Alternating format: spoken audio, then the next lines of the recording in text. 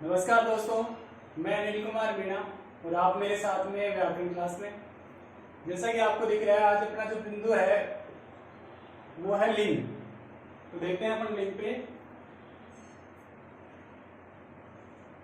देखिए, लिंग का जो शाब्दिक अर्थ देखें तो लिंग का जो शाब्दिक अर्थ होता है वो होता है चिन्ह या निशान। चिन्ह या निशान।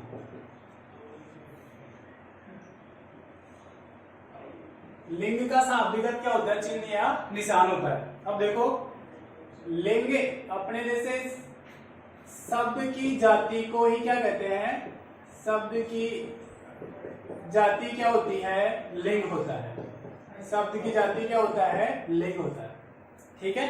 और शाब्दिक अर्थ देखें लिंग का, तो शाब्दिक अर्थ होता है चिन्ह या निशान। अब देखो, इसकी परिभाषा देखते हैं अपन। शब्द की जाति अर्थात किन शब्दों की जाति? तो देखिए,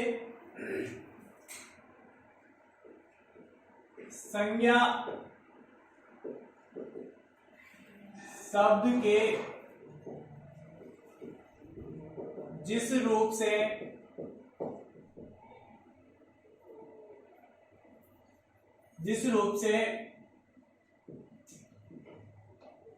पुरुष या स्त्री जाति होने का बोध हो,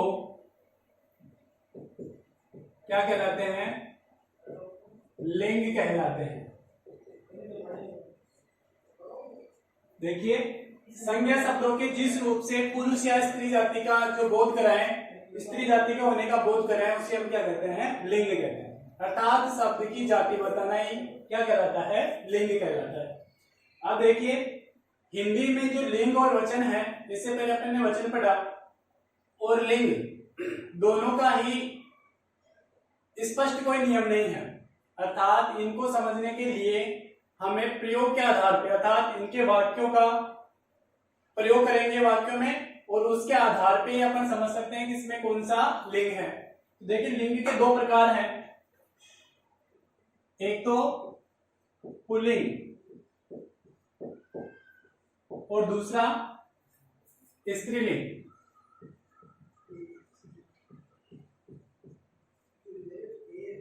दो प्रकार, अर्थात पुल्लिंग और स्त्रीलिंग। और देखिए, संस्कृत में एक लिंग और चलता है, नपुंसक लिंग। अब हिंदी में जो नपुंसक लिंग चलता है, संस्कृत में नपुंसक लिंग, वो हिंदी में आके नपुंसक लिंग के जो शब्द हैं वो कुछ तो क्या बन गए हैं? पुल्लिंग शब्द बन गए हैं, और कुछ नपुंसक लिंग शब्द क्या बन गए हैं? स्त्रीलिंग बन गए हैं। ठीक है। तो लेकिन हिंदी में दो ही लिंग चलते हैं अपने, पुल्लिंग और स्त्रीलिंग। दूसरी चीज, लिंग का कोई स्पष्ट नियम नहीं है। ये देखो अपन, लिंग का कोई स्पष्ट नियम नहीं है। नियम नहीं है, अतः प्रयोग पर निर्भर है। लिंग का कोई स्पष्ट नियम नहीं है अपने हिंदी व्याकरण में। अर्थात जो पुल्लिंग और स्त्रीलिंग शब्दों का पता करेंगे तो उन शब्दों का किसी वाक्य में प्रयोग करके अपन उसका लिंग निर्धारण कर सकते हैं, और उसी से लिंग निर्धारण करने में हमें आसानी हो सकती है। ठीक है। क्योंकि अब देखिए, जो आपके सामने शब्द लिखे हुए हैं, जिसे संस्कृत के अनुसार पढ़े कि एकारांत पुल्लिंग या एकारांत स्त्रीलिंग, एकारांत ले लो, आकारांत, इकारांत या फिर उकारांत। ठीक है। अब जैसे अपन रटने की बात करें तो मैं कह दूं कि सारे जो एकारांत हैं, आकारांत शब्द हैं, वो क्या होते हैं? पुल्लिंग। तो वो भी गलत होगा, क्योंकि एकारांत, आकारांत और इकारांत और उकारांत ये सारे स्त्रीलिंग भी होते हैं। इन्हीं चीजों को अपन देखो इससे समझ लेते हैं। दूसरी चीज ये है कि हमें लिंग को रटना नहीं है, क्योंकि बहुत सारे एग्जाम्स में अगर रटे हुए शब्द आपने रट लिए तो देखिए इनमें क्या फर्क है, क्यों इसका स्पष्ट नियम नहीं है, वो मैं आपको भी बताऊंगा। लेकिन जैसे अपन पुल्लिंग में पढ़ लेते हैं कि जितने भी पहाड़ हैं, जो वार हैं, महीनों के नाम है, देशों के नाम है, नदियों के नाम है जैसे स्त्रीलिंग में आते हैं। ऐसे जो वाक्य अपन रखते हैं, लेकिन वो जो वाक्य हैं या शब्द हैं वो अपने एग्जाम्स में आते नहीं है, जो सीधे सरल क्वेश्चन होते हैं। प्रतियोगी परीक्षाओं में ऐसे शब्द वाक्य देता है जिसमें अपने सामने ऐसे शब्द सामने आते हैं, तो रटने के आधार पे अपन ये तय नहीं कर सकते कि ये पुल्लिंग है या स्त्रीलिंग है। देखिए जैसे अकारांत पुल्लिंग में आपको देखते हैं घर, रे में कौन सा स्वर निकल रहा है? ए, अर्थात ए शब्द के अंत में निकले उन शब्दों को क्या बोलेंगे? अकारांत। जिनके आ निकले आकारांत, अंत में जैसे छोटी ई निकल रही है या जैसे बड़ी ई निकल रही है तो ये इकारांत या बड़ी इकारांत वाले शब्द हो गए। ऐसे छोटा ऊ निकल रहा है भानु में और गुरु में बड़ा ऊ निकल रहा, तो ये उकारांत और उकारांत शब्द हो गए। ठीक है, उसी प्रकार से अपन किसमें पढ़ेंगे? स्त्रीलिंग में। तो देखिए जैसे घर शब्द है तो घर अच्छा है, वाक्य में प्रयोग करो शब्दों का, जैसे घर अच्छा है। ठीक है, अच्छा है इसका मतलब अच्छा जो क्रिया है वो किसके साथ में लगती है? जो विशेषण है इसका मतलब वो पुल्लिंग शब्द है। देव, मनुष्य। अब देखो मनुष्य में स्त्री और पुरुष दोनों आते हैं, लेकिन जो मनुष्य शब्द है वो किसका है? पुल्लिंग का है। संगीत अच्छा है, संगीत अच्छी नहीं है, संगीत अच्छा है, सुनने में अच्छा लगता है। ठीक है, वाक्य में प्रयोग किया, अपना आसानी से हो गई कि संगीत शब्द है वो स्त्रीलिंग है या पुल्लिंग है, अर्थात क्या है? पुल्लिंग है। अब देखो बात करें, अपन ये नहीं कह सकते कि सारे अकारांत जो शब्द हैं वो हमेशा पुल्लिंग में होते हैं। इधर देखिए अकारांत स्त्रीलिंग में देखिए नाव, कौन सा स्वर आ रहा है यहाँ पे? ए स्वर, अर्थात ये भी अकारांत जो शब्द आपके सामने दिखाई दे रहे हैं। लेकिन नाव अच्छा नहीं है। नाव क्या होती है? अच्छी होती है। नाव अच्छी होती है, वाक्य में प्रयोग करो, अच्छी होती है, इसका मतलब स्त्रीलिंग। पतंग उड़ रही है, उड़ रहा नहीं है, पतंग उड़ रही है। सनक अच्छी है, दीमक अच्छी है। दीमक जो लग जाती है, लग जाता नहीं है, दीमक लगता नहीं है, दीमक लगती है। अर्थात वाक्य के प्रयोग के अनुसार अपन लिंग और वचन दोनों को आसानी से समझ सकते हैं। ठीक है, क्योंकि इन दोनों के जो स्पष्ट नियम है वो नहीं है। खास करके लिंग का तो कोई भी स्पष्ट नियम नहीं है व्याकरण में। आकारांत शब्दों में देखो मटका, मटका अच्छा है, लड़का अच्छा है, घड़ा, झंडा है, झंडा अच्छा है, गुस्सा और लोहा शब्द। लोहा, ये सारे शब्द जो आकारांत वाले हमें से किसमें आते हैं? पुल्लिंग में। आकारांत में देखो दवा अच्छी है, मात्रा ठीक है, भाषा सुंदर है, अच्छी है, कविता अच्छी है, और दया करना अच्छी बात है। अच्छा बात नहीं है, दया के साथ में क्या लगेगा? अच्छी। तो वाक्य में प्रयोग के आधार पर अपन इन शब्दों को आसानी से बांट सकते हैं और समझ सकते हैं कि ये शब्द पुल्लिंग है और ये शब्द स्त्रीलिंग है। इकारांत में देखिए कवि, छोटी जो इकारांत वाले शब्द हैं, कवि अच्छा है, रवि अच्छा है, हरि, मुनि, और बड़ी इकारांत में देखो मोती, घी, पानी और हाथी आ रहा है। हाथी आ रही है नहीं, हाथी आ रहा है, अर्थात ये हमें पुल्लिंग शब्दों का बोध कराते हैं। ऐसे जैसे नीति में, स्त्रीलिंग में देखो नीति, पंक्ति, रात्रि और जाति अच्छी है, ये सारे किसमें आएंगे? अपने स्त्रीलिंग में। कहने का मतलब यह है, जैसे उकारांत में भी अपन देखें तो उकारांत में देखो भानु, साधु या मधु। साधु बेटा है, साधु बेटी है नहीं, अर्थात बेटा है तो किसमें प्रतीत हो रहा है? ये पुल्लिंग वाक्य। और मधु यानी शहद अच्छा है, मधु अच्छा है। गुरु, आंसू जो बहुवचन में पढ़ा था अपन ने, लड्डू अच्छा है, और राहु, ये सारे किसके शब्द हैं? पुल्लिंग शब्द हैं। और उकारांत में देखो धेनु चल रही है, धेनु चल रहा है थोड़ी बोल सकते हैं अपन, तो वाक्य में प्रयोग करने पे हमें आसानी से हो जाएगा कि ये शब्द किसका है? स्त्रीलिंग का। धेनु यानी गाय, और धेनु अर्थात इनके जो पर्यायवाची उनका अर्थ नहीं लेना हमें। जैसे धेनु का अर्थ होता है गाय, गाय भी वैसे स्त्रीलिंग है, लेकिन इस शब्द का हमें देखना है ये शब्द क्या है। जो हमारे सामने शब्द लिखा गया है ये स्त्रीलिंग है या पुल्लिंग है, और उनको पहचान के लिए हमें वाक्य में क्या करना पड़ेगा? प्रयोग करना पड़ेगा इस वाक्य का। जैसे गाय धेनु चल रही है, वधु या बहू, वधु अच्छी है, लू लगती है, गर्मियों में लू चलती है या लगती है, और जू सिर में चलती है, जू सिर में चलती है। अर्थात इन वाक्यों से हमें पता चल रहा है कि ये किसके वाक्य हैं? स्त्रीलिंग के। रटने के आधार पे अपन कभी भी ये मतलब फिक्स नहीं कर सकते कि ये पुल्लिंग शब्द होंगे हमेशा या स्त्रीलिंग होंगे। इसलिए इनको समझने के लिए आपको प्रयोग पर ही निर्भर रहना पड़ेगा। क्योंकि एक ही ऐसा ही विषय है जिसके स्पष्ट नियम नहीं है। ठीक है, अब देखिए इनके अलावा कुछ ऐसे शब्द हैं जो हमेशा पुल्लिंग रहते हैं और कुछ ऐसे शब्द हैं हमेशा जो स्त्रीलिंग रहते हैं। उनको अपन अवश्य देखेंगे जिससे कि अपन उनकी पहचान कर सके वाक्य में।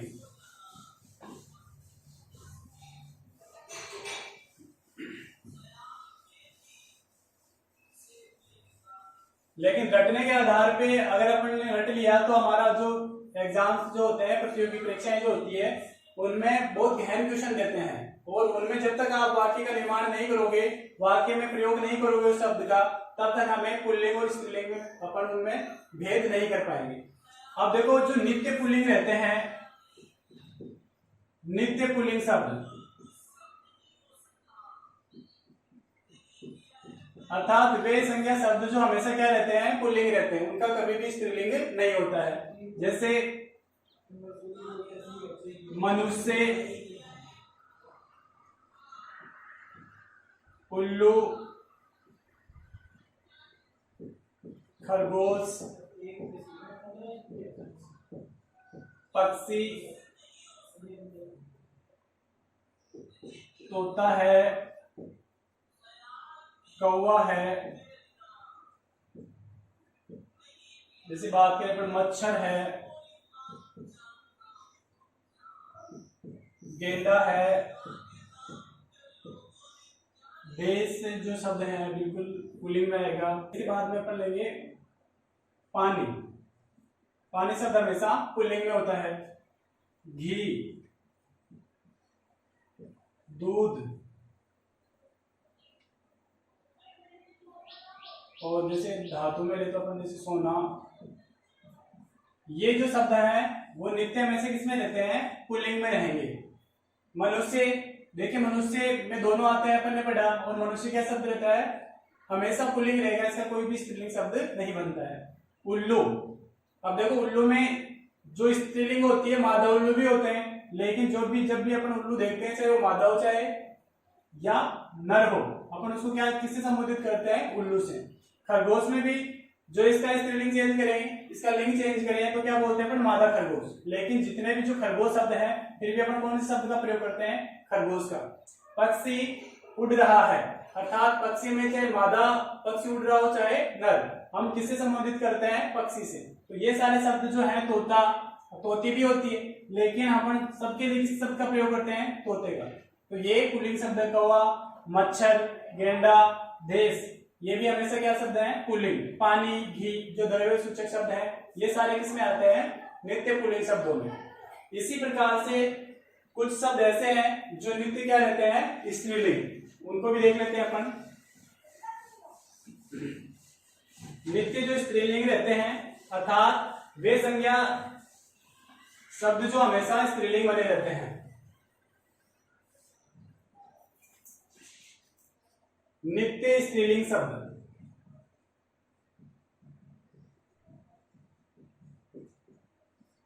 नित्य स्त्रीलिंग शब्द। तो देखो इसमें जैसे संतान, तो संतान देखिए, संतान में किसी के दो पुत्र भी हो सकते हैं, लेकिन उनकी संतानें अच्छी है, प्रयोग करते हैं अच्छी के लिए। तो ये शब्द किसमें आता है, स्त्रीलिंग में। सेना शब्द है, पुलिस, मूछ, जलन शब्द है,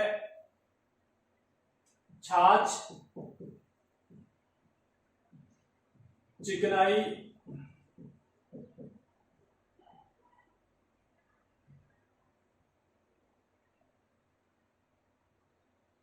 देखिए अपन मक्खी, तितली,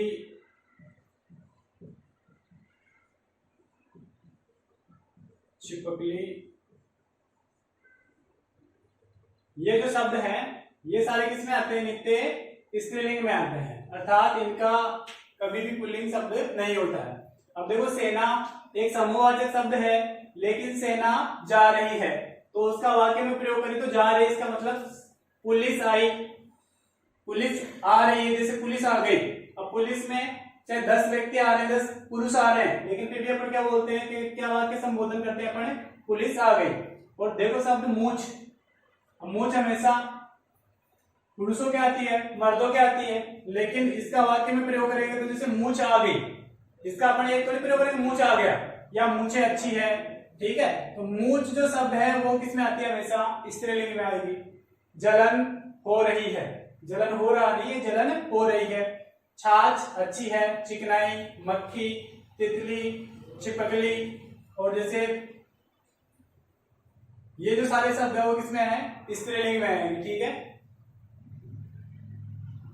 ये जो शब्द है नित्य पुल्लिंग और नित्य स्त्रीलिंग, इनका कभी भी लिंग चेंज नहीं होगा। जो पुल्लिंग में वो हमेशा पुल्लिंग में रहते हैं और जो स्त्रीलिंग में वो स्त्रीलिंग में रहते हैं। दूसरी चीज, जैसे अपन शब्द आता है कमीज, नाक, या फिर ले लेते हैं बनियान। अब ये तीनों जो शब्द होते हैं वो भ्रामक शब्द है। अब देखो कमीज अच्छा है, अपन जैसे प्रयोग करें कमीज अच्छी है, अर्थात अच्छा है, अच्छा होगा यहाँ पे, तो वो वाक्य क्या हो जाएगा अपना, गलत हो जाएगा, क्योंकि कमीज किसमें आता है, स्त्रीलिंग शब्द होता है। कमीज अच्छी है, कमीज मैली हो गई, ठीक है। और नाक के बारे में भी होता है कि जैसे नाक कट गया, नाक कट गया, तो ये वाक्य हमेशा क्या होगा अपना, अशुद्ध, क्योंकि नाक भी स्त्रीलिंग शब्द है और बोलते हैं कि नाक कट गई, नाक कट गई, ये जो शब्द होगा ये क्या है अपना, शुद्ध है। और बनियान हट गई या बनियान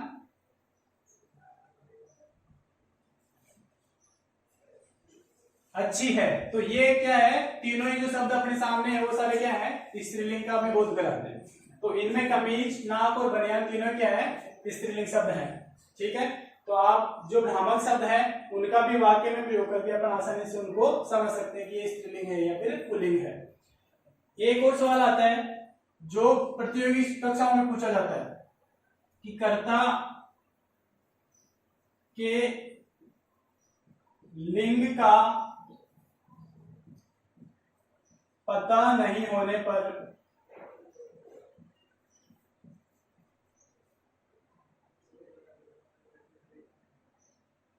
वाक्य में कौन सा लिंग होता है, कौन सा लिंग होता है। अब देखो ये क्वेश्चन है कि कर्ता के लिंग का पता नहीं होने पर हमेशा वाक्य में कौन सा लिंग रहेगा, अर्थात पुल्लिंग रहेगा या स्त्रीलिंग रहेगा। तो देखिए अपन जैसे कि जब कर्ता का पता नहीं होता है, जैसे बाहर अपने कोई व्यक्ति आता है तो अपन ये बोलते कौन आया है, क्या शब्द में प्रयोग लेते हैं अपन, कौन आया है, या कमरे में कौन है,